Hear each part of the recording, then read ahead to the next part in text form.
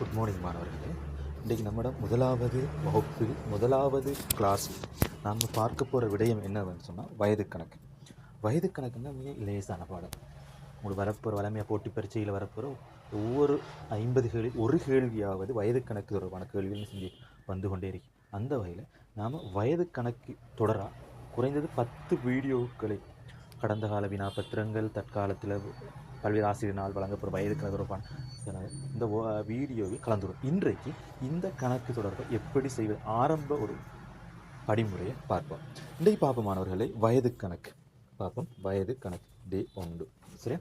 வயது கணக்கில் நம்மளோட முதலாவது கேள்வி என்னன்னு சொன்னால், மோகன் மற்றும் தேவியின் தற்போதைய வயது விகிதம் 4:6. யாருக்குன்னு சொன்னால் மோகனுக்கும் தேவிக்கும் தற்போதைய நல்லா வாசிக்கணும். தற்போதைய வயது விகிதம் 4:6.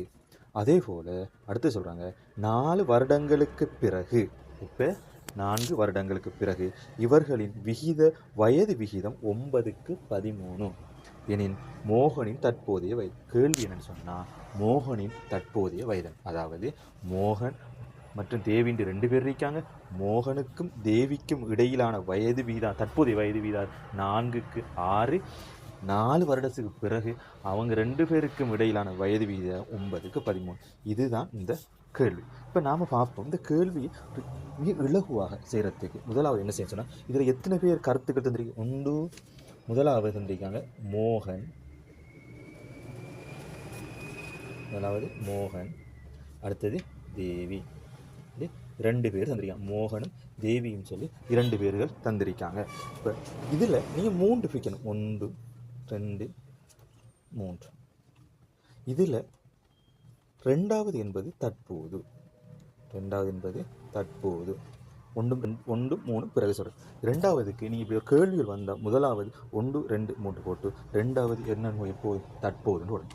இங்கே பாருங்கள், மோகன் மற்றும் தேவியின் தற்போதைய வயது விகிதம் என்னென்னு சொல்கிறாங்க 4:6. இதை நீங்கள் முதலாவது கணக்கில் பிரதிடணும். மோகனுக்கு எத்தனை 4x தெரியாதுதானே, அப்போ எக்ஸ் போடணும். தேவிட 6x, இதை முதலாவது பிரதிடணும்.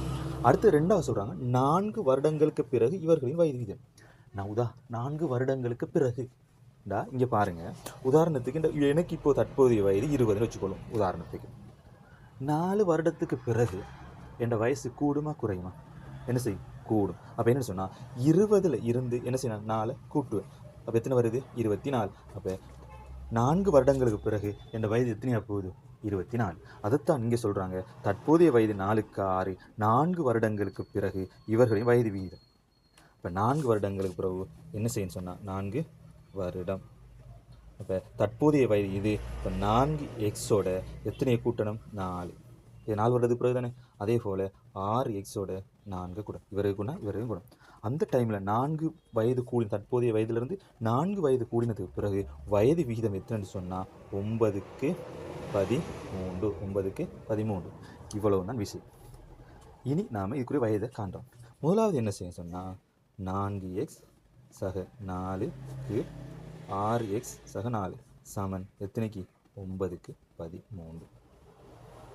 இது ரெண்டையும் குறுக்கு 13 இதாலையும் 9 இதாலையும் பிரிக்கலாம். இவ்வளோ தான் வேணும். இப்போ பாருங்கள் 13 4x எத்தனை வரும்?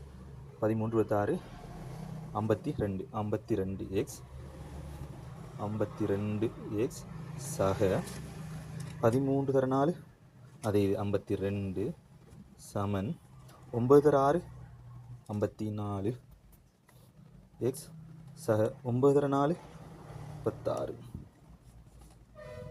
இப்போ 52x இங்கே 54x. எக்ஸையும் கழிக்கணும். 54xலேருந்து 52x கழிச்சா எத்தனை எக்ஸ் வரும்? 2x.